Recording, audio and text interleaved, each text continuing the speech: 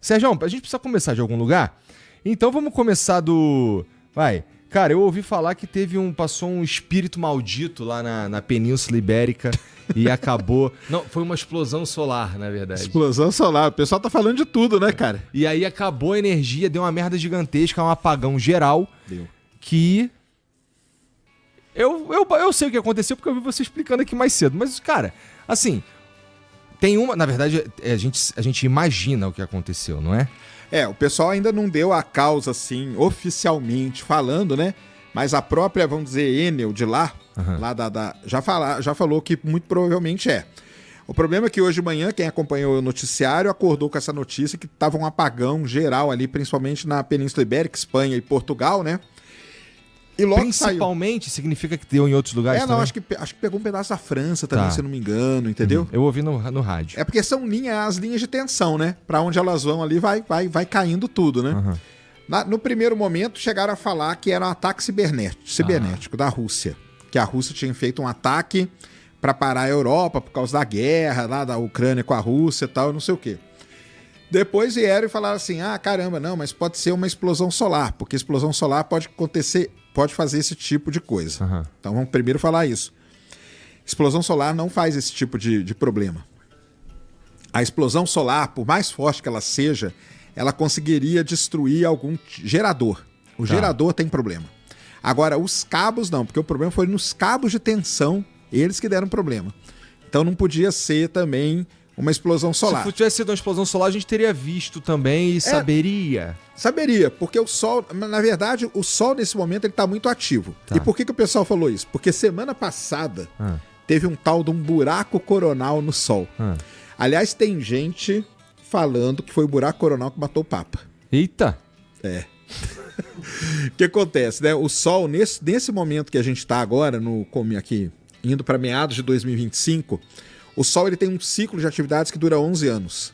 A cada 11 anos ele atinge um máximo de atividade, que tem muita explosão, muita mancha, buracos, tudo isso aí. E nós estamos nesse momento agora do máximo solar. Então, semana passada, abriu um buraco, não dá para ver esse buraco, tá? Tanto que eu mostrei o Sol com um telescópio pro pessoal, não dá, você não vê. É um buraco que só vem em alguns comprimentos de onda, lá em algumas frequências. Mas o que é esse buraco? É uma região do Sol que ela fica mais fria do que o resto. E por ali sai uma radiação muito violenta. Muito violenta. E se esse buraco tiver mirado pra Terra, dá problema? E ele tava mirado pra Terra. Ele tava mirado pra Terra. Cara, assim, dá problema? Pode dar algum tipo de problema em satélites. Satélites pode dar. Mas aí que tá. Como a gente já sabe que vai ter esse buraco, a gente consegue meio que manobrar esses satélites, fazer algumas medidas ali que evitam que dê problema, que queime alguma coisa e tal. Mas teve o buraco coronal, o Papa morreu, muita gente associou o buraco coronal à morte do Papa e associaram o buraco coronal a esse apagão agora também. Não tem como isso acontecer, tá? Esse tipo de radiação que chega, boa parte dela é desviada pelo campo magnético, ela não chega aqui na Terra, na superfície, a não ser em latitudes muito, muito altas, perto do polo, que alguns geradores, se bem que hoje os geradores já estão até preparados para isso, não tem tido tanto problema não. Então o pessoal começou a tentar entender, né, da onde que veio esse porque é um... Se fosse lá no Rio, eram os caras roubando cabo. Eram os caras roubando, é verdade. Então, tem muito problema. Às vezes, por exemplo, pode ter dado um tornado. Se um tornado passa naquele... Só para o pessoal entender, nós estamos falando daqueles cabos de altíssima tensão que você vê quando você está na estrada, aquelas torres gigantescas. São os cabos ali de 400 kV. Tá? É altíssima tensão. Não é qualquer cabinho, não. Mas, por exemplo, tornado pode fazer isso. Se passou um tornado na região e ele torce aquelas torres lá, arrebenta tudo, aí é apagão. A gente sabe que não foi o tornado. A gente sabe que não foi tornado, não tinha tornado na área, o pessoal investigou lá e viu que não tinha nenhum cabo. Então, qual é a explicação mais provável, vamos dizer assim, para o que aconteceu ali? Aconteceu um fenômeno atmosférico raríssimo. É muito raro disso aí acontecer mesmo. Que é chamada de oscilação atmosférica induzida. Então o que é isso? Então vamos lá. Todo material, pessoal, tem uma vibração natural. Essa mesa aqui tem uma vibração natural dela. As moléculas aqui, elas estão vibrando.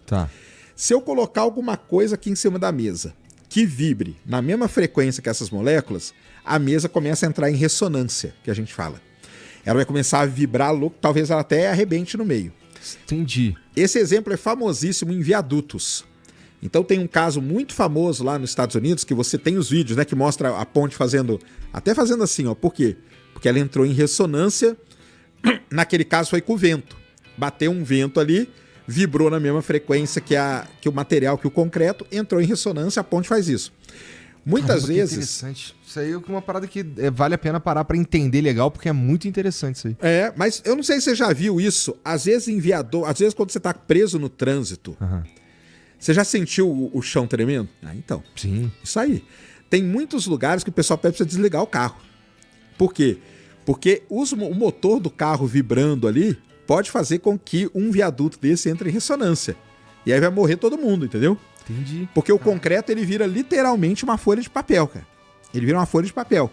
Isso acontece, todo material tem isso. Todo material tem isso. Todo material pode ser, de certa destruído, vou dizer. Destruído. Se algo vibrar na mesma frequência. Mas assim, vibrar na mesma frequência significa... porque... Puta, vou fazer uma pergunta super idiota, vai. Que tipo de...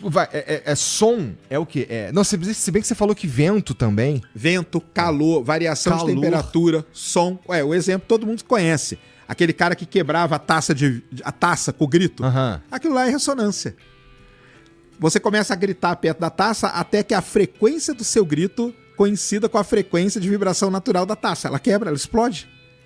Ela explode. Então é isso. Maneiro. O cara, ele sabe...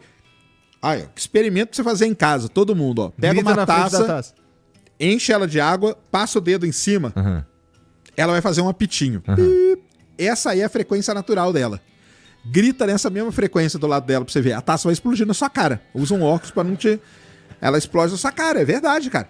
Então assim, é um negócio difícil de fazer? Não é. Se você tem um controle bom da voz, você consegue vibrar na mesma frequência ali, porque aquilo ali é uma nota musical, na verdade. Você tira aquela nota, sei lá, 430... kHz, sei lá, 280. Cada material tem a sua frequência natural. E esses cabos aí, eles entraram em ressonância por causa de quê? Então, eles estão falando que é por conta da temperatura que estava ali no interior da Espanha. A temperatura ali está altíssima no interior da Espanha. E de noite não é tão quente assim, mas de dia está muito quente. Essa variação muito grande de temperatura... Aí, o que aconteceu com o cabo foi o seguinte. Você tem o cabo lá, tá aqui, ó. Cabo aqui de alta tensão. Aqui, ó, pertinho do cabo, por conta dessa grande variação de temperatura, os átomos aqui acabaram ionizando o ar ao redor do cabo aqui. Então, é como se tivesse feito um outro cabo aqui em volta de coisa que a gente não vê, entendeu? Que é esses átomos ionizados. E esses átomos aqui começaram a entrar em ressonância com essa variação de temperatura. E aí os cabos de alta tensão começaram a vibrar. E aí a gente não sabe se o sistema tem algum sistema de shutdown automático quando isso acontece. Normalmente tem, entendeu? Ou se arrebentou em algum ponto lá e aí vai caindo tudo que tá ligado naquilo. Entendeu?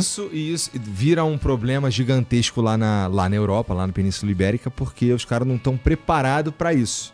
Não é? Estão preparados. E lá, vamos lembrar, né? A gente tá falando da Europa. No Brasil, talvez não fosse tanto problema, cara.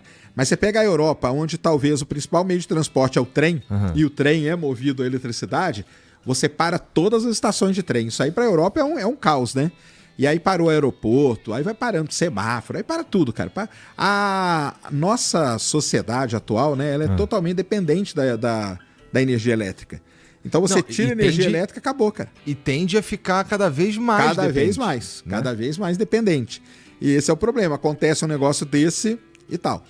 Aí o que você tem que fazer? Dá pra conter isso? Dá. Você vai nesses cabos aí e nas torres ali você instala tipo uns amortecedores. Porque aí ele vai começar a vibrar, o amortecedor vai compensar aquilo ali e não entra em ressonância e não arrebenta tudo. Entendeu? Entendi. Então isso dá pra fazer. Aqui no Brasil, que você pega lá em Itaipu, da onde que sai a linha principal, por exemplo, não sei se já andaram aí pelo interior do Paraná, interior de São Paulo, você vê esses cabão de alta tensão gigante aí. Aqui no Brasil eles têm uns negocinho ali para proteger. Entendi. Porque a gente sabe que, por exemplo, no interior de São Paulo, onde passa isso, pode fazer um calor extremo. Sei lá, um dia pode fazer 40 graus, entendeu? Já acontece, nesse verão aí aconteceu. Então tem que estar preparado. O problema é que a Europa não estava assim, né? A Europa ela não experimenta calor tão extremo assim. E está experimentando agora. Então foi isso. Aparentemente, muito provavelmente, isso aí quem disse, nem sou eu que estou inventando não, viu, pessoal? Vocês entrarem aí, vocês vão ver que a rede, a Enel de lá, que eu esqueci o nome dela, eles falaram que foi isso que aconteceu. Porque eles têm como investigar também, né? Eles saem lá voando hoje com drone, com qualquer coisa, eles vão seguindo a linha. E, cara, não teve tornado, não tá nada contorcido, não tem nada comido, não tem nada derrubado. Aí vão lá ver, tem uns cabos no chão. Porrada de cabo arrebentado aí só. é isso, entrou em ressonância. Nossa, que merda. Então ressonância é um problema. O Starship, que é o foguete do Elon Musk, qual que é o problema que ele tá tendo hoje? Ressonância. É ressonância. O que tá acontecendo? Quando o Starship ele separa, os motores dele vibram pra caramba, né? Imagina, né? Que o motor de foguete. Ele começa a vibrar na mesma frequência do material do foguete. E aí tá arrebentando tanque dentro, tá vazando combustível, tá acontecendo um problema. Um problema que aparentemente é básico, né? Mas não é tão básico assim. É muito complicado isso aí. Então o pessoal da engenharia civil conhece muito bem, o pessoal da engenharia mecânica conhece muito bem. É um negócio legal. Quebrem a taça aí na sua casa e mandem pra gente aí. Nossa, mas cuidado, bota uns óculos. Bota um óculos, só pra proteger aqui a cara. Fala pra sua mãe que você vai fazer uma sujeira. E dá-lhe. Quebra aí. Vamos ver quem consegue quebrar. Se você conseguir, ó, você tem. Pois é. Você gritou na mesma frequência do cristal.